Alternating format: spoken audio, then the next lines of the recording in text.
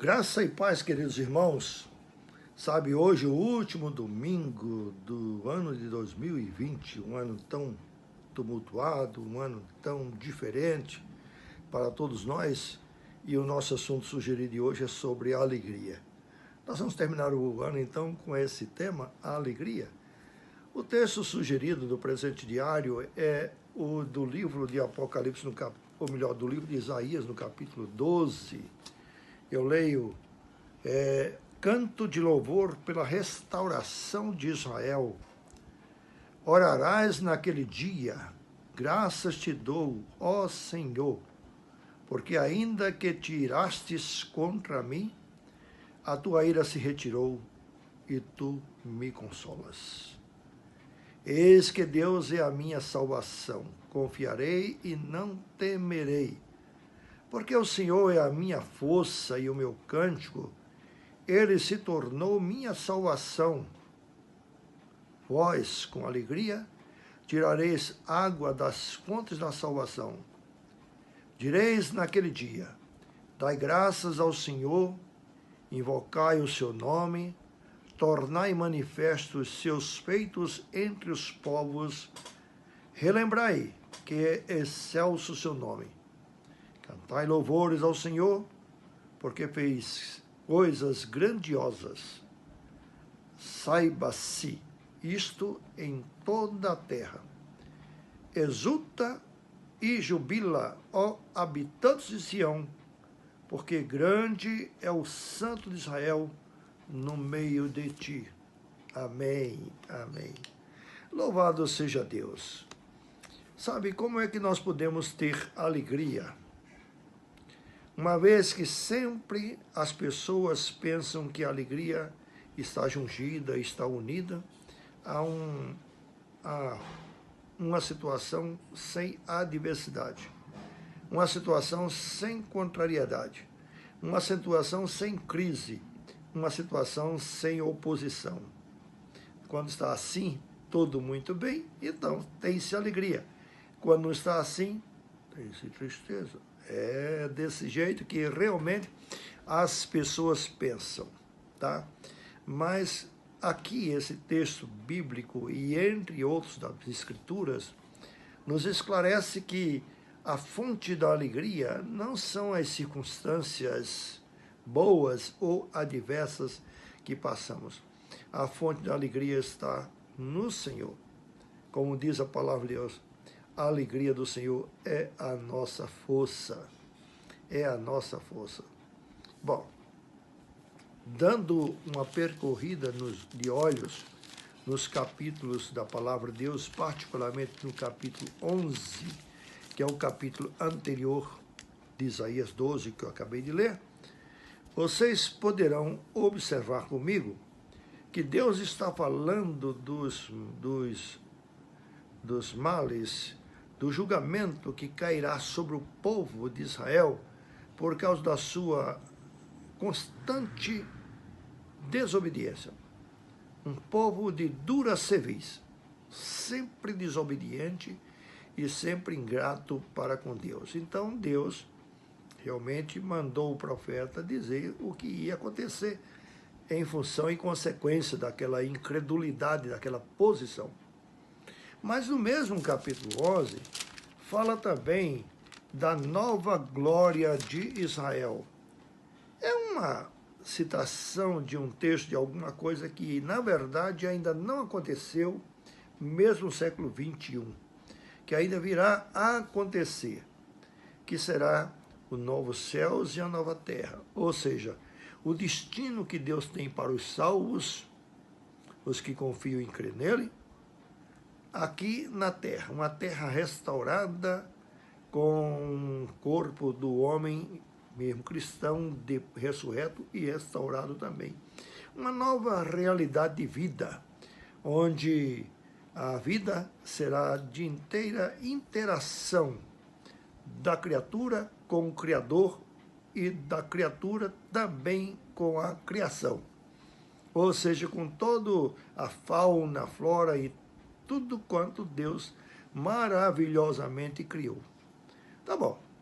Então você pode dizer assim, puxa, mas aí como é que eu vou esperar esse tempo todo, desde o tempo do profeta Isaías, mais de 600 anos antes de Cristo até hoje? A gente não tem então alegria de viver. Tem sim, queridos, tem alegria. Então o texto do capítulo 12 começa que a gente deve exultar e se alegrar pela salvação de Deus, pelas promessas e as providências de Deus para com a nossa vida, porque a alegria verdadeira não depende das circunstâncias, se boas ou contrárias, depende de se ter uma certeza, uma convicção do amor e também da justiça de Deus. Sabe, é importante a gente perceber, de acordo com o capítulo anterior, o capítulo 11, como disse, Deus fala de um Deus justo e Deus fala também como um Deus de amor. Realmente a justiça e o amor se encontraram e se beijaram, diz o profeta Jeremias em uma outra passagem. Na pessoa de Deus, essas duas coisas são perfeitamente ajustadas. Elas interagem, elas não são contraditórias, excludentes. Elas, muito pelo contrário, elas formam o caráter de Deus. Aí é que está. Aí é que está. Por que eu devo louvar a Deus? E quando é que eu devo louvar a Deus? Em geral, as pessoas falam, eu quero louvar a Deus porque Deus fez isso por mim, Deus me atendeu a oração, Deus me abençoou com isso, Deus me deu a vitória naquilo outro. Queridos, claro que esse momento é para muito louvor mesmo. Claro que você está tendo um incentivo muito maior em louvar a Deus em tais circunstâncias, ou seja, em coisas maravilhosas que Deus tem feito. Mas o louvor que nasce verdadeiramente não é do que Deus está fazendo, respondendo ou atendendo às nossas orações e fazendo coisas maravilhosas no nosso meio. O louvor verdadeiro é aquele que brota do homem, da mulher, do crente, do servo, da serva de Deus, que entende quem é Deus e entende porque ele é justiça e entende também porque ele é amor. Tá? Aí brota a alegria por conta exatamente dessa situação do entendimento de Deus. Portanto, é extremamente necessário conhecer Deus. E a melhor maneira de se conhecer Deus é a maneira como ele se revelou. É claro que ele se revela para o mundo inteiro por meio das coisas que foram criadas, como diz a palavra de Deus em Romanos capítulo 1, ou mesmo nos salmos que falam da grandiosidade e a majestade de Deus, como o Salmo 104 e tantos outros salmos também. Mas a melhor maneira da gente conhecer a Deus é por meio daquilo que ele se revelou a nós. E o que ele se revelou a nós, se revelou através dessa revelação especial que é a sua santa palavra. A gente conhece Deus mais pela santa palavra. E conhecendo então esse caráter de Deus, essa pessoa de Deus, essa grandeza de Deus, esse conhecimento de Deus, isso nos dá a segurança de um Deus que não é um Deus tempestivo, que não é um Deus mutável, é um Deus imutável. É um Deus que diz assim, olha, as minhas misericórdias não têm fim. Quando a gente passa por diversidades ou então por reprovações da parte do próprio Deus ou por provas que Deus faz a nós, isso não é prova realmente de que ele mudou. É prova, então, que a gente deve conhecer o caráter de Deus, a pessoa de Deus, e perceber que a justiça de Deus não falha. Nem dele para com os outros, nem dele para conosco. Mas acontece que justiça? Queridos, é bom a gente lembrar que nós estamos acobertados, cobertos pela justiça de Cristo.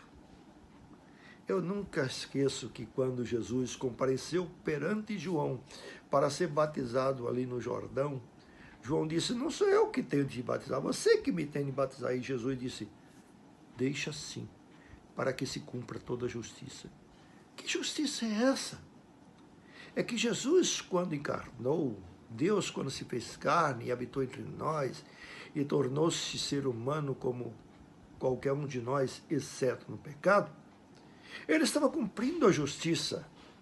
E a justiça de Deus é que faz com que a ira de Deus se revele. Mas, no entanto, quando a gente está cobertado pela justiça de Deus, pela justiça de Cristo na nossa vida, sabe? É aquela cobertura, nós não recebemos a condenação.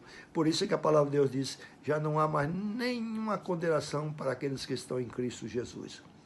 Bom, como se nada mais fosse o suficiente ou necessário, só isso aí já seria bastante para a gente ter certeza de quem Deus é, do que Ele reserva para nós e que, portanto, não temos motivo nenhum para encarar a vida senão o motivo da alegria e do louvor. Porque a alegria do Senhor é a nossa força. Exultai, alegrai-vos no Senhor. Outra vez digo, alegrai-vos. É o apóstolo Paulo na carta aos Filipenses. Coisa maravilhosa é realmente confiar, crer e se alegrar e viver uma vida na presença de Deus com alegria. Por isso que eu tenho como slogan aqui na nossa igreja, não é? Já há alguns anos, essa ideia, não é? Que alegrai-vos no Senhor. É a ideia de servir ao Senhor com alegria. Não com tristeza, nem constrangimento, mas realmente com a alegria. Assim, a graça do Senhor Jesus Cristo, o amor de Deus, o Pai, e a comunhão do seu Santo Espírito seja sobre todos nós e permaneça convosco hoje e sempre. Amém, queridos? Louvado seja Deus. Amém.